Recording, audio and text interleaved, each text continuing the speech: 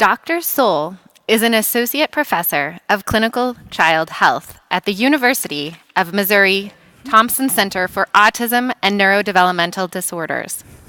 She is the founder of Echo Autism, an innovative framework to increase community capacity to care for children with autism and other developmental or behavioral concerns. Dr. Sohl is a tireless advocate for children and enjoys engaging other physicians in being a voice for children's health. She is the president-elect of the Missouri chapter of the American Academy of Pediatrics. Please welcome Dr. Sohl. Thank you. It's a pleasure to be here with you this afternoon. So I'm Kristin, and I'm a pediatrician from Missouri. And I think that'll be an important thing as we get more into the comments that I'm going to make to you today. So first, though, I want to see a show of hands. How many in the audience have children? Great. So lots of you have children. You know, and I think most of us would agree that we would do anything to help our child. If our child was sick, we would do whatever it took to make sure that we could take care of them. So now imagine this. You have a beautiful 2-year-old son whose name is Sam. And recently, he's been feeling ill. You notice that he seems more tired. He doesn't seem to be eating as well as he had been. He seems to just be kind of not himself.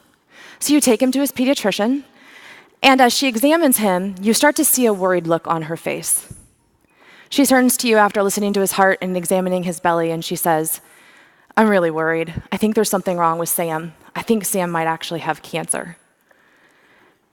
So obviously, that feels like a gut punch. And in that moment, your worst fear and your biggest challenge confront you. What's next? What's going to happen to Sam? You're ready to do whatever it takes to help him. So now imagine if your pediatrician tells you that it's going to be 12 months before you can get in to see a specialist and get answers to what's going on with him. Fortunately, Sam's story is not the story of childhood cancer, but it is the story of autism. Autism spectrum disorder affects more children in the US than pediatric cancer, AIDS, and diabetes combined.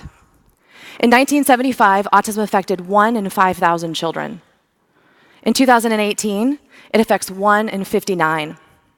Thousands of children all over the United States wait an average of 12 months to be seen by a specialist when there's a question of autism. So now picture this. Sam is your lively, energetic 2-year-old little boy. He's your first child, and he is absolutely perfect. The sound of his laughter is contagious. His bright blue eyes seem to capture the world's attention, and your hopes for him are endless. But soon you realize that he isn't acting like the other children. He's lining up his cars. He seems abundantly fascinated with the buttons on your dishwasher. He likes to spend hours looking at his hands. Lately, he seems to be slipping away. He cries more. He sleeps less. He isn't trying to make you smile like he used to.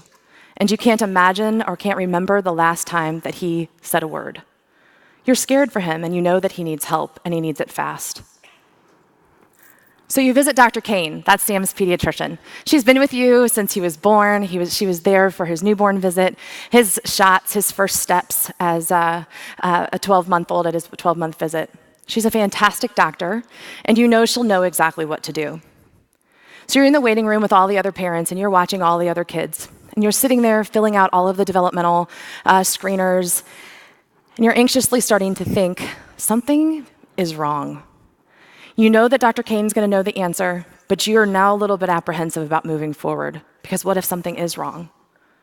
So finally you get called back to the room, and Dr. Kane sits down with you and reviews the developmental milestones with you. And she tells you that Sam is having some significant issues with his development, and that she's worried he may have autism.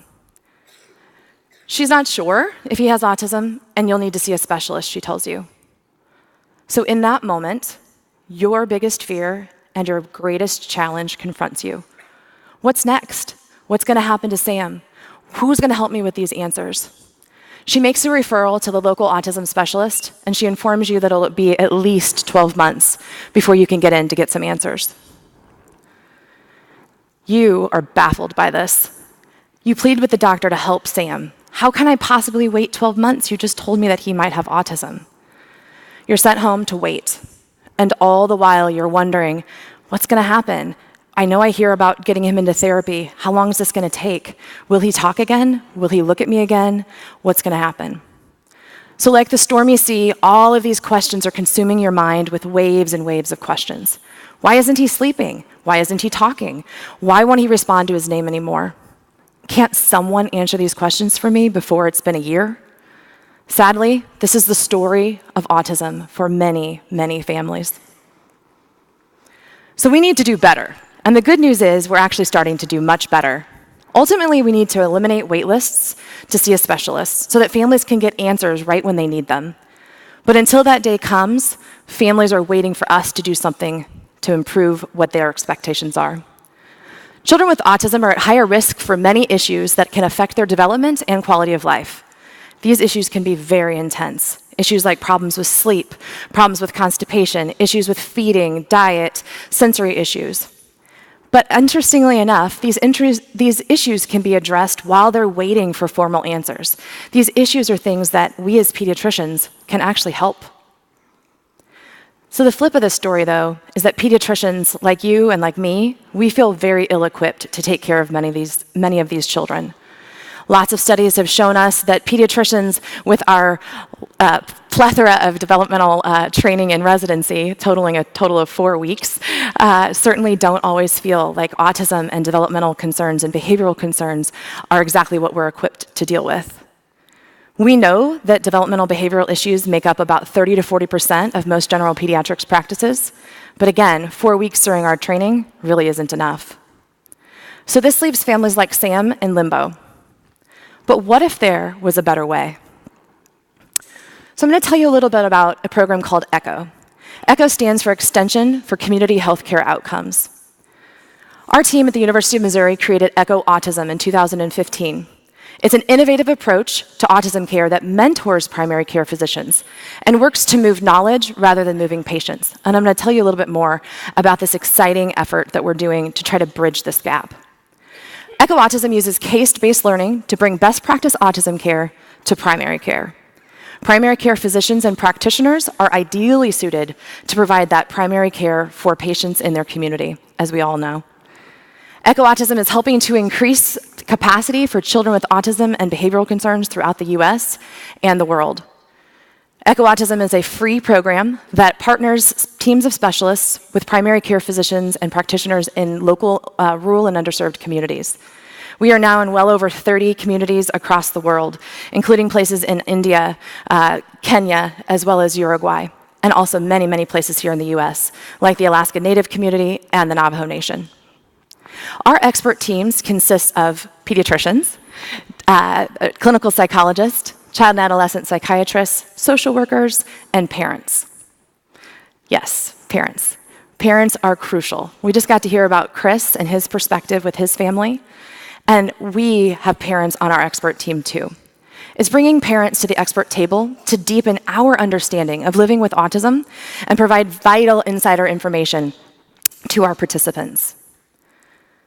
As ECHO Autism is an innovative approach for autism care that mentors primary care, it doesn't just download information into you and then wish you well in your endeavors of taking care of children with autism and developmental concerns. It actually comes alongside you and says, let me support you while you're taking care of these kids that are already in your practice.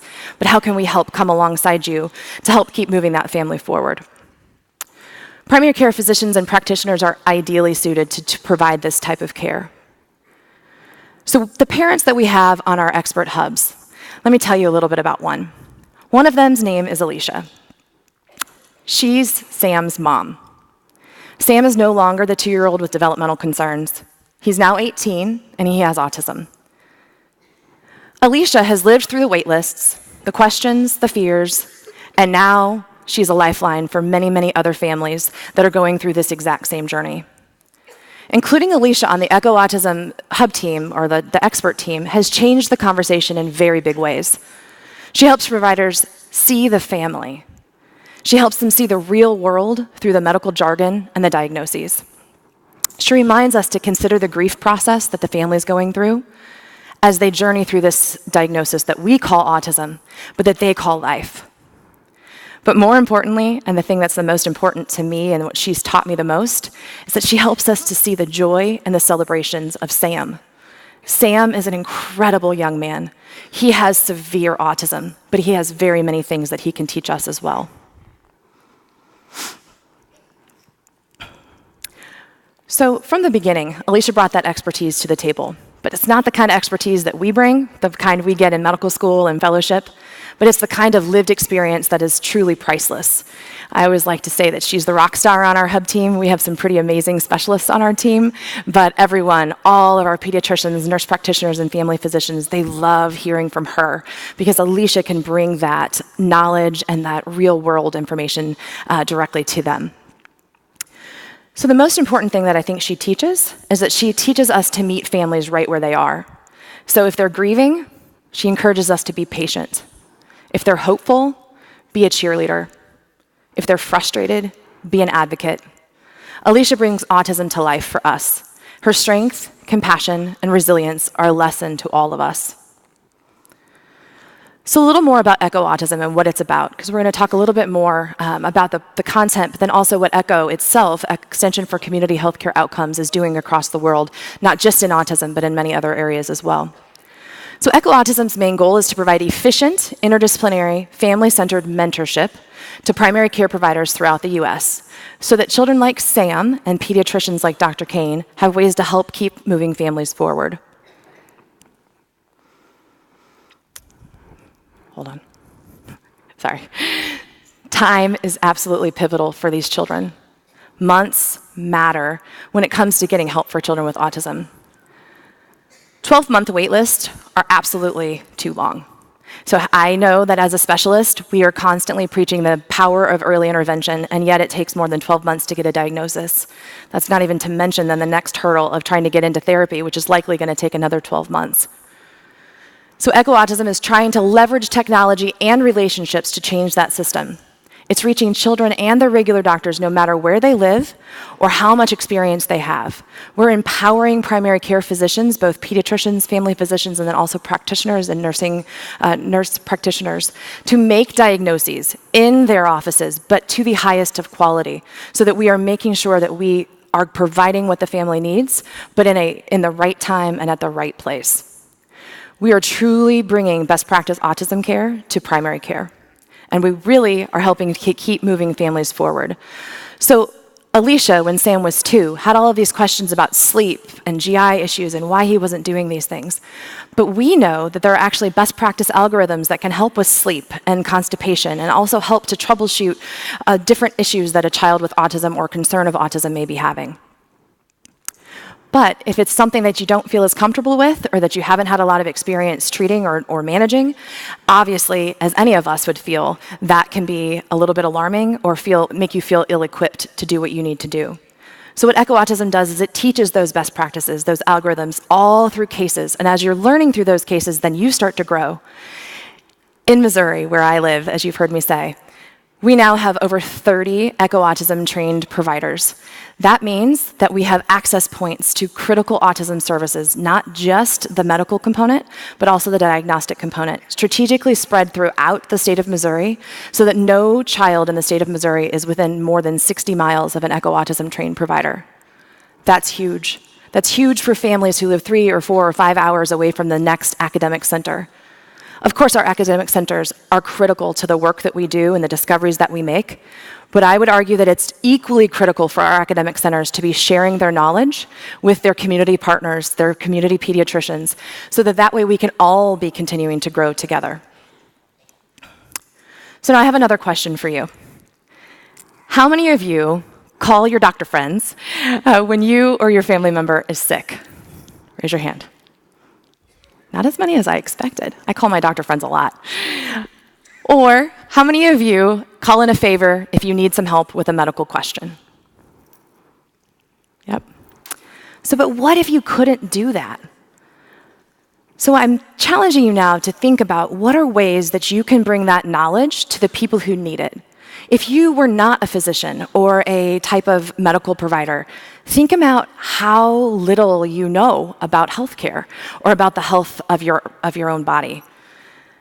We, I think, are very lucky because we have so many colleagues who are willing to share and help us and all of those different aspects. But I think sometimes we easily forget what it's like to live in a rural community, an underserved community, or sometimes just in your own neighborhood and not know where to go when you have those questions. So whether it's autism or asthma, depression or diaper rash, families need access to local expertise in an efficient, quality manner. This goes back a little bit to what Chris was saying, efficiency, but yet high quality. And so how do we as pediatricians maintain the opportunity to be the medical home for our patients, to be the linkage between community health, schools, and the specialty centers? We have to continue challenging ourselves to think in different ways. How can we get more knowledge to our patients, and how can we do that in an efficient, high-quality manner? So telemedicine is an opportunity for us to provide that type of access. Echo is a type of telemedicine. It is not telemedicine. Echo is one-to-many, where you're mentoring and teaching and working with others to learn new skills, and it's not direct to consumer. But telemedicine is. So that's one-to-one patient care. So for example, as a developmental behavioral pediatrician, I provide services through telemedicine directly to my patients that live 3 or 4 hours into the rural areas of Missouri. But that doesn't build capacity. So then there's opportunity there for others to join ECHOs or other types of programs to help us think about ways that we can improve and really meet the needs of our patients and our families. The other thing that telemedicine does is it allows us to meet our patients and our families right where they are. So telemedicine now is in many schools, and that means that kids don't have to miss critical class time. It also allows us to provide, for example, behavioral checkups through telemedicine, so families don't have to drive multiple hours to get to their specialist, their child psychiatrist, or their pediatrician. It bridges that distance for families so that they can get care from their medical home without having to go out of their way to figure out how to access that. I like to think of telemedicine as a powerful amplifier of the medical home. Sometimes I think it gets a misnomer. So we see lots and lots of opportunities that arise in our technology field with apps and various types of what appear to be non-medical home unifying opportunities, where you can just pop on the internet somewhere and see a physician.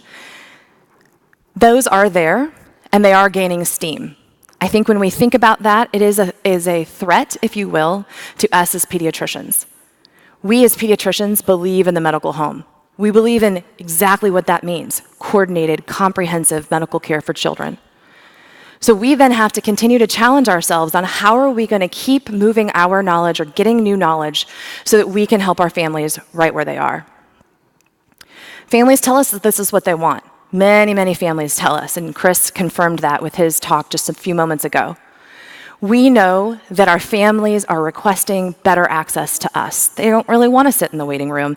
They would like quick and easy access so that they can get their questions answered. And the neat thing is, they want to maximize their child's health and well-being. That's exactly what we want. So then that means we have to keep thinking creatively about how we're going to do that. So whether that's being part of an ECHO or offering telemedicine-based one-to-one care, how will you be part of the solution to moving knowledge and not moving patients? A couple of important things for you to know. The American Academy of Pediatrics is a strong ECHO partner. So ECHO is much bigger than just autism. It's actually been something that the adult healthcare field has been doing for about a decade. There are huge ECHOs related to chronic pain, substance use, hepatitis C, HIV, all across the world. And providers literally in every corner of the world are connecting to each other and to specialists to learn new knowledge. Our very own American Academy of Pediatrics offers numerous different kinds of ECHOs. We were the first to offer a Zika echo right when the critical issues were happening in our sister countries as well as some of our territories. That allowed the knowledge and the expertise of our Zika experts here in the States to connect instantly with our colleagues in rural and South America. Really critically important, and now it's allowing us to monitor those children and build evidence to help us all know how things are going. But there's more. So if that's not something that obviously interests you, because many of you probably live here in the mainland of the US, there's one about obesity. There's one about mental health. There's a traumatic brain injury, as well as a ready-to-learn around concussion. Many, many, many, many opportunities to try to serve you, the pediatrician, as you gain critical information to more efficiently and provide care more efficiently and also provide higher quality care, which is what we all want to do. So I leave you with one question. How will you step out of your comfort zone to rewrite stories for children and their families by considering neat, novel, exciting new ways to move your knowledge or to receive new knowledge without moving the patient? So I thank you very much for your time.